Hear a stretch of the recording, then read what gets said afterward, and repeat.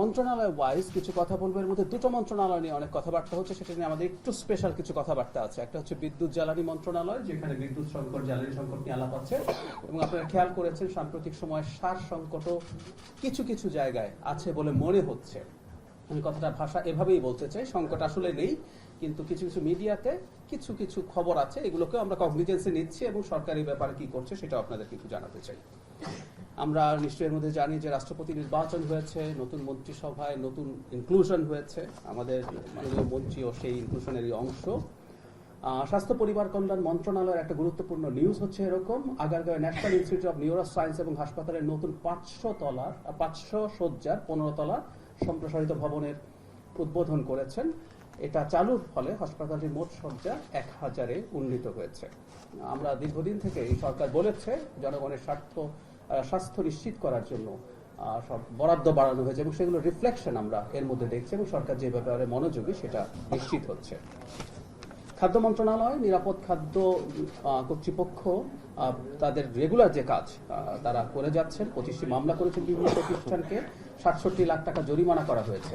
আপনারা খেয়াল করেছেন সাম্প্রতিক সময়ে মোবাইল কোর্টগুলো খুবই এফিশিয়েন্টলি, আন্তরিকভাবে কাজ করছে এবং জনগণের নিরাপদ খাদ্য নিশ্চিত করতে যতটা সম্ভব কাজ করে যাচ্ছেন। এর বাইরে আমি এক্সাক্ট ডেটা দিচ্ছি না, এগুলো আপনাদের কাছে সফট কপি চলে যাবে। খাদ্য বান্ধব কর্মসূচির অধীনে স্বল্প মূল্যে 15 টাকা মূল্যে 30 কেজি করে যে চাল, সেটা বিতরণ অব্যাহত আছে এবং অতীতের যে কোনো সময়ের তুলনায় এখন উপকারভোগীর সংখ্যা অনেক বেশি। সার নিয়ে আমি একটু পরে বলছি, এখানে সারের মজুদ নিয়ে কিছু তথ্য আছে, সেটা নিয়ে আমরা পরে কথা বলবো। খুবই গুরুত্বপূর্ণ একটা পদক্ষেপ নেওয়া হয়েছে শিক্ষা মন্ত্রণালয়ে। গত সপ্তাহে ব্রিফিং হয়নি বলে গত সপ্তাহে এটা বলা হয়নি। সেটা হচ্ছে এমপিওভুক্ত বেসরকারি মাধ্যমিক, উচ্চ মাধ্যমিক, মাদ্রাসা ও কারিগরি শিক্ষা প্রতিষ্ঠানের শিক্ষক কর্মচারীদের দীর্ঘ 4 বছর ধরে জমে থাকা অবসর ও কল্যাণ ভাতার বকেয়ার জট কাটাতে পদক্ষেপ গ্রহণ করা হয়েছে। 15 আগস্ট 64 জেলা একসাথে 2035 কোটি 86 লক্ষ টাকা স্ব ব্যাংক অ্যাকাউন্টে প্রেরণ করা হয়। ওসমানী স্মৃতি মিলনায়তন থেকে মাননীয় প্রধানমন্ত্রী এই ঐতিহাসিক পেমেন্ট কার্যক্রমের আনুষ্ঠানিক উদ্বোধন করেছেন। 4 বছর থেকে এটা বন্ধ করা ছিল, এটা আবার চালু হয়েছে। আমরা বুঝতেই পারি আমাদের স্কুল শিক্ষকরা তাদের অবসরকালীন এই ভাতাগুলো না পেয়ে কতটা সংকটে ছিলেন। সড়ক পরিবহন ও সেতু মন্ত্রণালয়, আমরা এর মধ্যে এটা যথেষ্ট সোশ্যাল মিডিয়াতে ট্র্যাকশন পেয়েছে, সেটা হচ্ছে নারীদের জন্য পিঙ্ক বাস, যেখানে নারী চালক এবং কন্ডাক্টর সবই নারী থাকছেন। তাদেরকে কেন্দ্র করে, তাদেরকে রেখে এটা শুরু করা হয়েছে। আমরা জানি যে গণপরিবহনে নারীদের নানান রকম হয়রানির অভিজ্ঞতা আছে, এটা শুরু হলো, এটার সংখ্যা অচিরেই আরো বৃদ্ধি পাবে এবং আমাদের নারীরা খুবই এফিশিয়েন্টলি অত্যন্ত বড় কতগুলো বাস, এর মধ্যে ডাবল ডেকারও আছে, সেগুলো তারা চালিয়ে যাচ্ছেন। মন্ত্রী বলেছেন একটা জিনিস, সেটা হচ্ছে ধীরে ধীরে এগুলো ইলেকট্রিক বাসে কনভার্ট করা হবে, মানে এইগুলো তো আছেই, সাথে সাথে ইলেকট্রিক বাস এখানে যুক্ত করা হবে। আমরা জ্বালানি খাত নিয়ে পরে কথা বলছি, কারণ জ্বালানি খাতে খুবই গুরুত্বপূর্ণ পদক্ষেপ সরকার নিচ্ছেন। আমরা সংকটটা অনেকটা সহনীয় এখন, তারপরে এখনো সংকটটা একেবারে শেষ হয়ে গেছে আমরা সেটা বলবো না, সেই ব্যাপারে আমরা পরবর্তীতে জানাচ্ছি। পাট বস্ত্র মন্ত্রণালয়, আমরা নিশ্চয়ই খেয়াল করেছি যে এখানে সরকারের নিয়ন্ত্রণাধীন যে প্রতিষ্ঠানগুলো আছে সেগুলো প্রাইভেট পাবলিক পার্টনারশিপের অধীনে বেশ কয়েকটা এর মধ্যে ইজারা দেয়া হয়েছে। এর মধ্যে আমি কয়েকটার নাম বলছি, এর মধ্যে যেগুলো নির্বাচিত হয়েছে: জাতীয় jute mills, Raipur Sirajganj, star jute mills, Chandramohan Dighalia Khulna, platinum jubilee jute mills, Kalishpur Khulna, এরকম করে আরো কতগুলো ফ্যাক্টরি আছে। আমি আবারও বলি, আমরা আগেও বলেছি, সরকার যখন নিজে এই ফ্যাক্টরিগুলো চালাতে গেছে অনেক ক্ষেত্রেই বড় ক্ষতি হয়েছে, লোকসান হয়েছে এবং ভর্তুকি দিতে হয়েছে। আমরা সবসময় মনে রাখবো, আমাদের অনেকের হয়তো ইমোশন আছে এই ফ্যাক্টরিগুলোর, তার নিজেরও আছে। আমি এই ধরনের একটা ফ্যাক্টরিতেই জন্মেছি, বড় হয়েছি, কর্ণফুলী পেপার মিলস। সো এগুলো লস যখন দেয়, এইটার ভর্তুকি জনগণের টাকাতেই হয়। সুতরাং এই ফ্যাক্টরিগুলো বন্ধ রাখাও যেমন ঠিক না, একই সাথে ক্রমাগত ভর্তুকি দিয়ে চালিয়ে যাওয়াও ঠিক না। সুতরাং এখন যে পথটা বেছে নেওয়া হয়েছে, আমরা এটাকে সঠিক পথ বলে মনে করছি।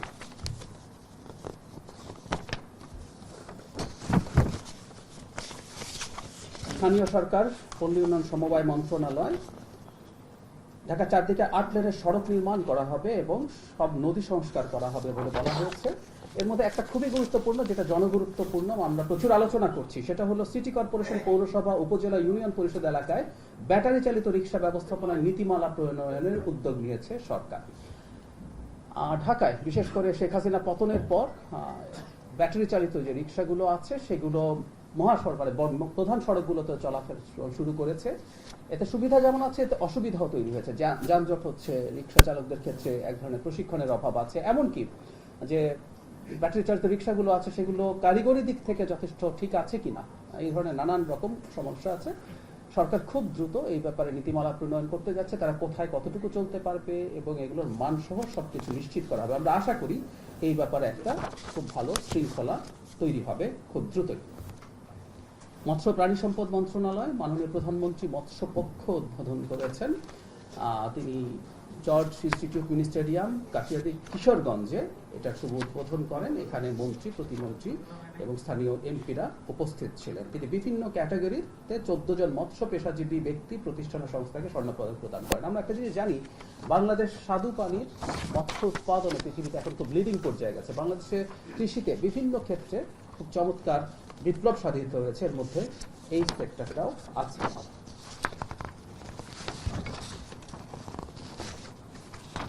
সমাজ কল্যাণ মন্ত্রণালয় আমাদের এই সরকারের, আমরা এইভাবে বলি যে সবচেয়ে ফ্ল্যাগশিপ প্রোগ্রামগুলোর একটা, বা হয়তো এটা সবার ওপরেই আছে, সেটা হচ্ছে ফ্যামিলি কার্ড। সেটার দ্বিতীয় পর্যায়ে মাননীয় প্রধানমন্ত্রী শুরু করেছেন কিশোরগঞ্জ সদর উপজেলার লতিফাবাদ ইউনিয়নে। সেখানে 457 জন ভাতাভোগীকে তিনি কার্ড প্রদান করেছেন।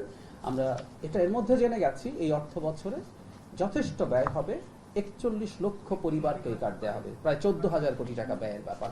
আমরা এই কথাটা আবার একটু বলে রাখতে চাই, এই আলাপ কেউ কেউ করার চেষ্টা করেন যে এই টাকা আমরা খরচ করছি যখন রাষ্ট্রের আরো প্রায়োরিটিজ আছে।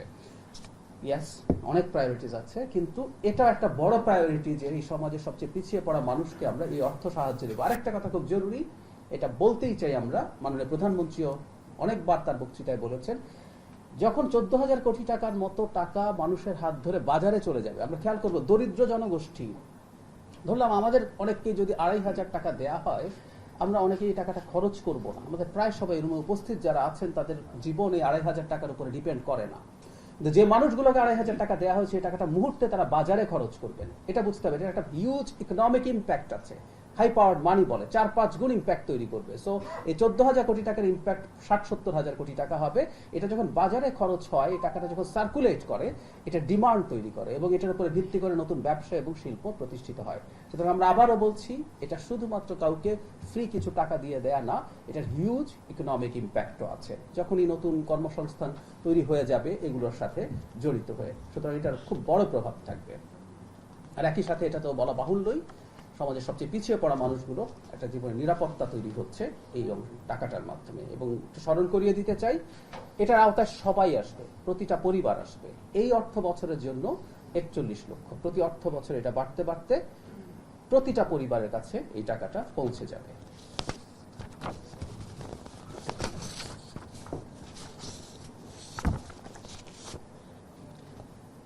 বিজ্ঞান প্রযুক্তি মন্ত্রণালয়ের একটা পদক্ষেপ হচ্ছে ঢাকার বাতাস মনিটরিং করার জন্য পরিবেশ অধিদপ্তরের সাথে একটা সাইন হয়েছে।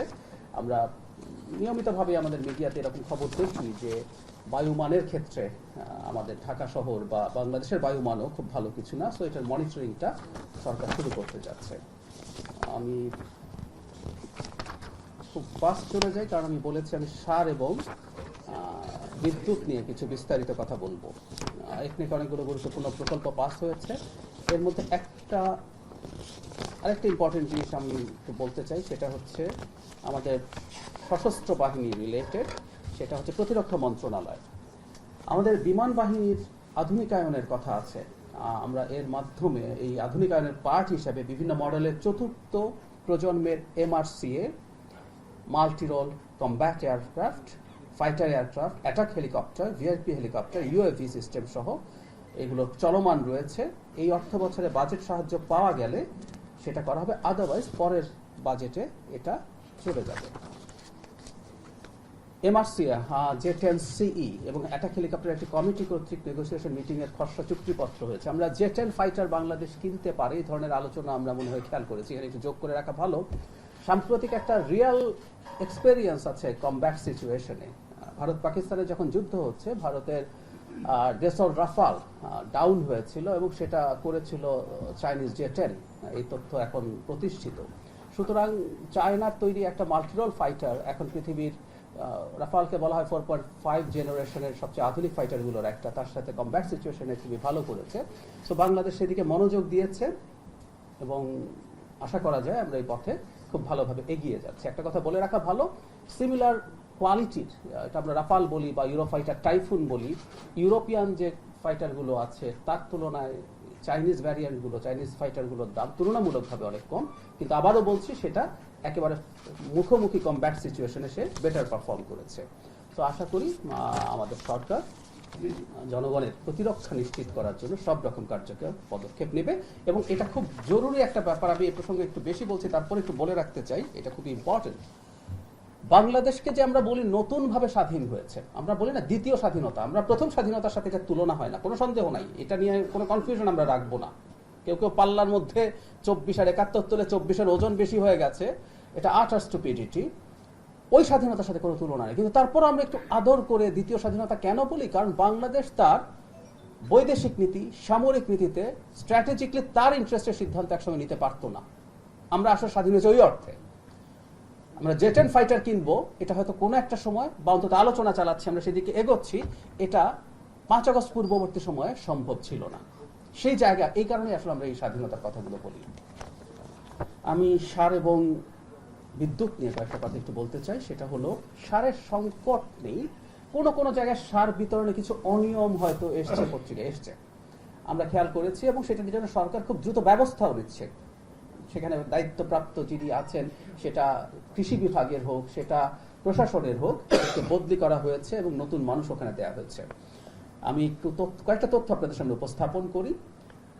দেশে পর্যাপ্ত মজুদ রয়েছে, অতিরিক্ত সার রক্ষিত আছে। আমরা নাম বলছি না এখন, দেশে খুব লিডিং একটা পত্রিকায় আজকে নিউজ এসছে সারের মজুদ নিয়ে কোনো সমস্যা নেই। কিছুটা সমস্যা বিতরণে আছে এবং আপনারা এটুকু সংবাদ মাধ্যমের কর্মীরা জানেন, সরকার বিতরণ ব্যবস্থায় কিছু পরিবর্তন আনতে যাচ্ছে, যেটা কৃষক এবং জনগণের স্বার্থে। সেটা নিয়ে কিছুটা অস্থিরতা, কিছু নতুন প্রসেসের সাথে অ্যাডজাস্ট করার সমস্যা, এগুলো হচ্ছে। কোনো কোনো ডিলার তার প্রতি অ্যালটেড যে পরিমাণ সার আছে সেটা তারা উত্তোলন করছেন না। এই ধরনের কিছু ঘটনার কারণে কোনো কোনো জায়গায় কিছু সমস্যা তৈরি হচ্ছে, তবে আমরা আশা করি এটা খুব বেশি কন্টিনিউ করবে না। কি কি পদক্ষেপ নেওয়া হয়েছে? প্রচুর সার আমদানির অনুমোদন দেওয়া হয়েছে, কোনো ঘাটতি যেন না হয়। 24 আগস্ট 2026 তারিখে সরকারি ক্রয় কমিটির বৈঠকে 3,65,000 মেট্রিক টন সার আমদানির অনুমোদন দেওয়া হয়েছে। এর ঠিক এক সপ্তাহ আগে কানাডা, রাশিয়া এবং সৌদি আরব থেকে আরও 1,15,000 টন অনুমোদন দেওয়া হয়েছিল। ডিলারদেরকে কড়া নির্দেশ দেওয়া হয়েছে তারা যেন সার উত্তোলন করেন এবং সেগুলো যে পরিমাণ সার তাদেরকে অ্যালোকেট করা হয়েছে সেটা যেন তারা বিতরণ করেন। আমি আরেকটা জিনিস একটু বলে রাখি, আমাদের সাম্প্রতিক মজুদটা একটু বলে রাখা দরকার আছে। আমাদের মজুদ 24/8/2026, ইউরিয়ার মজুদ আছে 4.822 লক্ষ metric ton, TSP 3.69, DAP 3.68, MOP 1.46, মোট 13.65 লক্ষ মেট্রিক টন মজুদ আছে। আমদানি পর্যায়ে আছে টিএসপি 2,10,000, ডিএপি 2,80,000, এমওপি 3,75,000।